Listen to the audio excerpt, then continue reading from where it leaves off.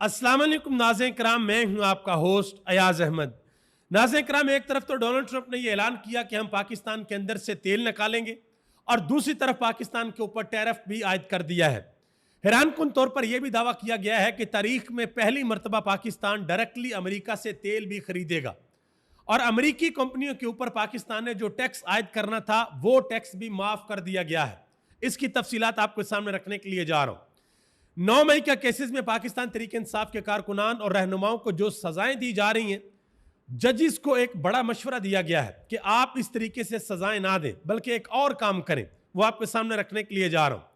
और इस्लामाबाद के अंदर महमूद खान अचकज़ई की क़यादत में जो 2 रोज़ा कॉन्फ्रेंस चल रही थी, आज उसका आखिरी दिन है और मुमकिन तौर पर आज अहम तरीन ऐलानात होंगे।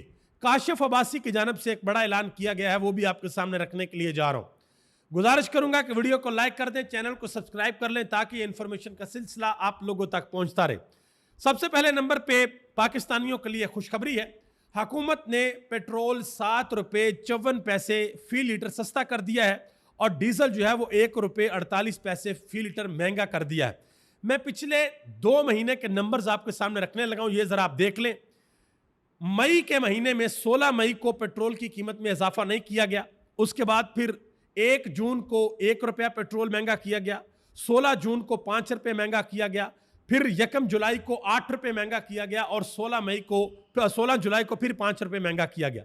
यानी कि अगर आप ये मिलाएं तो तकरीबन ये 19 रुपये ये पेट्रोल महंगा किया गया और 7 रुपये अब सस्ता कर दिया गया है। तो इस तरीके से हुकूमत जो है वो पाकिस्तान की आवाम के साथ खेल रही है। आगे आ जाए बड़ी खबर अमेरिका से। अमेरिका ने पाकिस्तान के ऊपर 19% टैरिफ आयद कर दिया है। अब ये टैरिफ होता क्या है, पाकिस्तान को इसका फायदा होगा या नुकसान होगा, इसकी तफसीलात आपके सामने रखने के लिए जा रहा हूं। पाकिस्तान के अलावा हिंदुस्तान के ऊपर भी टैरिफ आयद कर दिया 25%, लेकिन हिंदुस्तान के साथ अभी बातचीत चल रही है। बांग्लादेश के ऊपर 20%, इसके अलावा इसराइल के ऊपर, तुर्की के ऊपर 15% और कनाडा के ऊपर भी 25% से बढ़ाकर 35% कर दिया गया है। अब ये टैरिफ होता क्या है? मिसाल के तौर पर पाकिस्तान के अंदर हम कोई चीज़ बनाते हैं और उस चीज़ को हम अमेरिका की मंडियों में, अमेरिका की मार्केट के अंदर जाकर सेल करते हैं, बेचते हैं।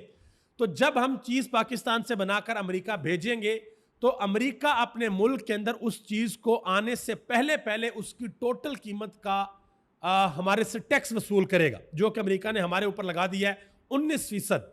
तो वो 19% एक अजाफी टैक्स जो है वो हमसे चार्ज करेगा। इससे होगा क्या कि वो जो चीज़ें हैं वो महंगी हो जाती हैं और ये अमेरिका सारी दुनिया के मुल्कों के साथ कर रहा है। इसके पीछे उनका गोल ये है कि भाई हमने ज़्यादा से ज़्यादा जो प्रोडक्शन है वो अमेरिका के अंदर करनी है और जो दुनिया से चीज़ें अमेरिका के अंदर आती हैं वो हमने कम करनी है, हमने अपनी चीज़ें खुद बनानी है।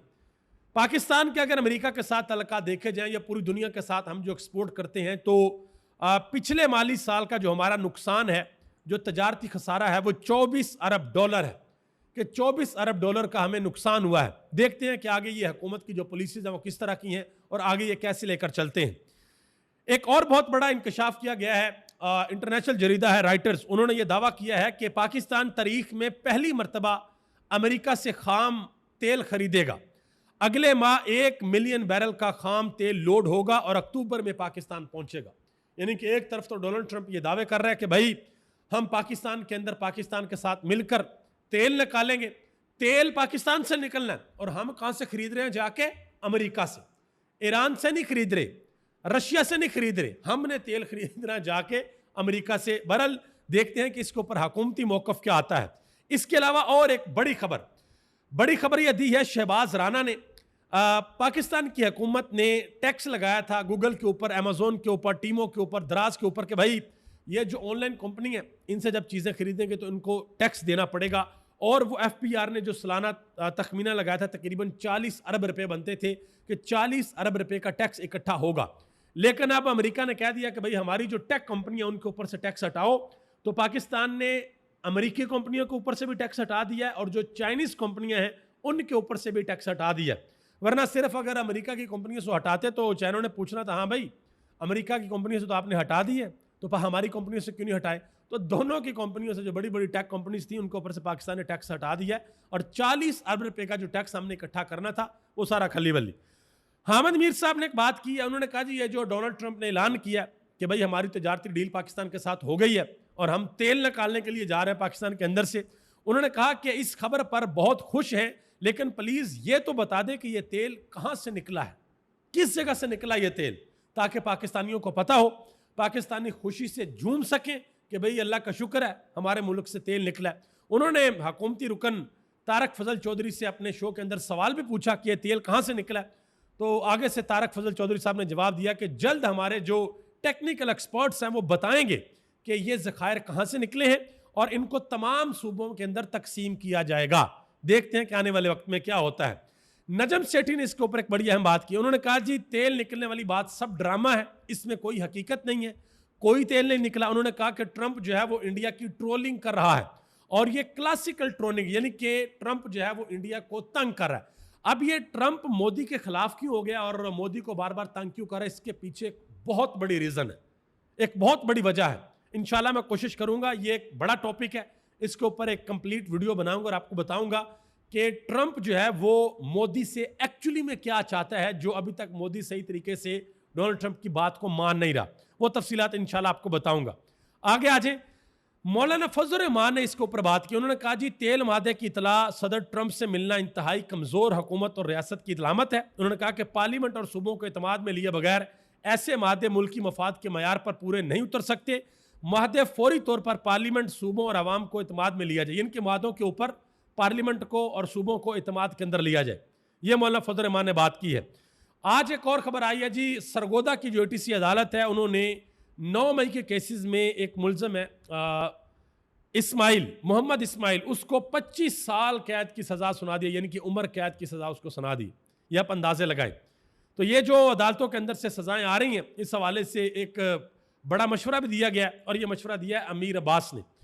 उन्होंने कहा कि मेरी रियासत को तजवीज़ है कि ये अदालतें लगाना, जज बिठाना, वकील बुलाना, जरा करना, सबूत ढूंढना, इस्तगासा आता है, मुलजमान आ रहे हैं, वकील सफाई आ रहा है। उन्होंने कहा कि ये सारी की सारी अदाकारी छोड़ें, एक ही बार पूरी की पूरी पार्लियामेंट को खाली कर दें, एक जज को लिस्ट पकड़ाएं और उसको कहें कि सबको 10-10 साल की कैद की सजा सुना दो।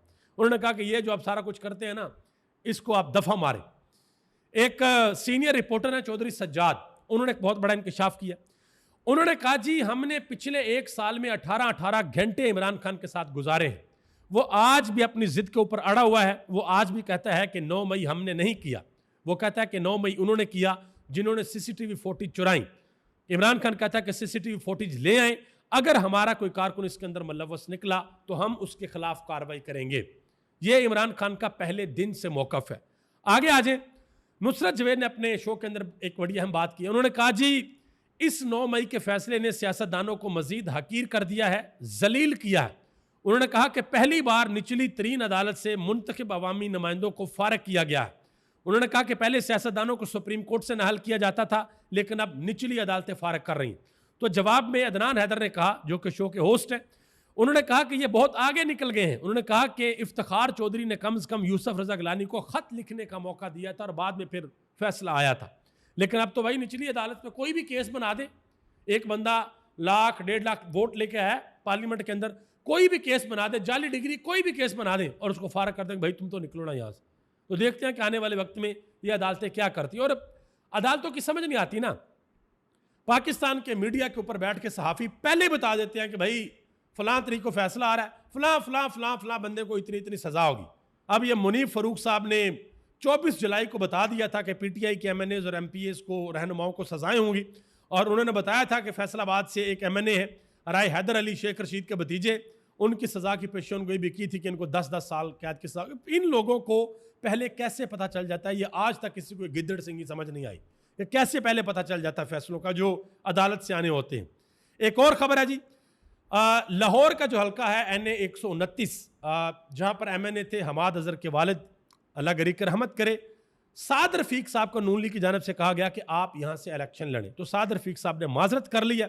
उन्होंने कहा जी पहली बात तो यह है कि ज़मीनी इंतखाबात में हिस्सा लेना जो वहाँ उस हल्के का मुकामी उम्मीदवार है उसका हक होता है, और बाज़ नागज़ीर सियासी वजूहात की बिना पर मैं अपने आप को ज़मीनी इंतखाबात में बतौर उम्मीदवार हिस्सा नहीं बनाना चाहता, यानी कि मैं हिस्सा नहीं लेना चाहता। आगे आ जाए, मोहम्मद जुबैर ने एक बड़ी अहम बात की। उन्होंने कहा जी आप कहते हैं कि अवाम एस्टेब्लिशमेंट के साथ थी, ये उन्होंने शो के अंदर बात की, कामरान शाद के शो में। उन्होंने कहा जी आप लोगों का ये कहना है कि एस्टेब्लिशमेंट अवाम जो है एस्टेब्लिशमेंट के साथ ही। उन्होंने कहा कि तो फिर आज जनरल बाजवा को कहें कि अवाम के अंदर निकल कर दिखाएं। उन्होंने कहा कि कहाँ पर है जनरल ज़ियाउल हक, आज ज़ियाउल हक का नाम लिया जाता है या भुट्टो का। उन्होंने कहा कि कहाँ गया जनरल मुशर्रफ जो दावा करता था कि हमने ही रहना है, लेकिन जब 9 साल बाद इलेक्शन हुए तो वोट उन्हीं लोगों को पड़े जिनके बारे में वो कहता था कि इनका कोई मुस्तकबिल नहीं है। ये बात मोहम्मद जुबैर ने की है। मजीद उन्होंने कहा कि लावा फटने वाला है, जितना ज्यादा लावा दबाएंगे उतना ही फटेगा। उन्होंने कहा कि और जब वो सामने आएगा तो पाकिस्तान के लिए नुकसानदेह होगा। आज उन्होंने जो ऑल पार्टी कॉन्फ्रेंस चल रही है, आज उसका दूसरा दिन है, उन्होंने आज बात की है उस कॉन्फ्रेंस के अंदर। उन्होंने कहा कि ये इतने पागल हो गए हैं कि मुल्क की मईशत को ठीक करने का कोई प्लान इनके पास नहीं। इनको लगता है कि हम अमेरिका के साथ कोई वादा कर लेंगे, उसके ऊपर दस्तखत करेंगे तो मुल्क की जो मईशत है वो ऊपर चली जाएगी। उन्होंने कहा जी ऐसा नहीं होता। काशिफ अब्बासी ने बड़ी अहम बात की। उन्होंने कहा जी मैं चौथी मरतबा शो से निकाला गया हूं। उन्होंने कहा जी मैं बैलेंस सहाफत करता हूं, लेकिन इसका मतलब ये नहीं है कि मैं गलत को ठीक कहना शुरू कर दूं।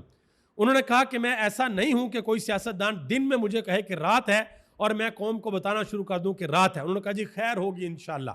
ये बात काशिफ अब्बासी ने किया। आपको पता कि उनको ऑफियर किया हुआ है।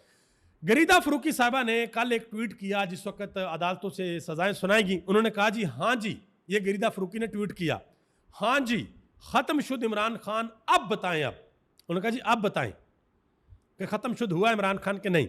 तो इसके ऊपर senior court reporter Saqib Bashir साहब हमारे भाई, उन्होंने जवाब दिया। उन्होंने कहा कि पिछले 3 साल में कोई 18वीं बार ये जुमला सामने आ रहा है कि इमरान खान खत्म शुद्ध। उन्होंने कहा कि एक सियासी लीडर अगर आपको पसंद ना हो, अगर खत्म शुद्ध हो तो फिर बार बार कहना क्यों पड़ रहा है? अगर वाकई खत्म शुद्ध है तो आगे बढ़े, बात को घुमा फिराकर उसी के गिर्द क्यों किया जाता है? बार बार इमरान खान का नाम ही क्यों लिया जाता है? और यह बात बिल्कुल ठीक है। खत्म शुद्ध का फैसला कोई अदालत कोई नहीं कर सकता, यह सिर्फ अवाम करती है। अभी तक इतना ही। आप सबका बहुत बहुत शुक्रिया। पाकिस्तान जिंदाबाद, पाकिस्तान के करोड़ों अवाम पाइंदाबाद।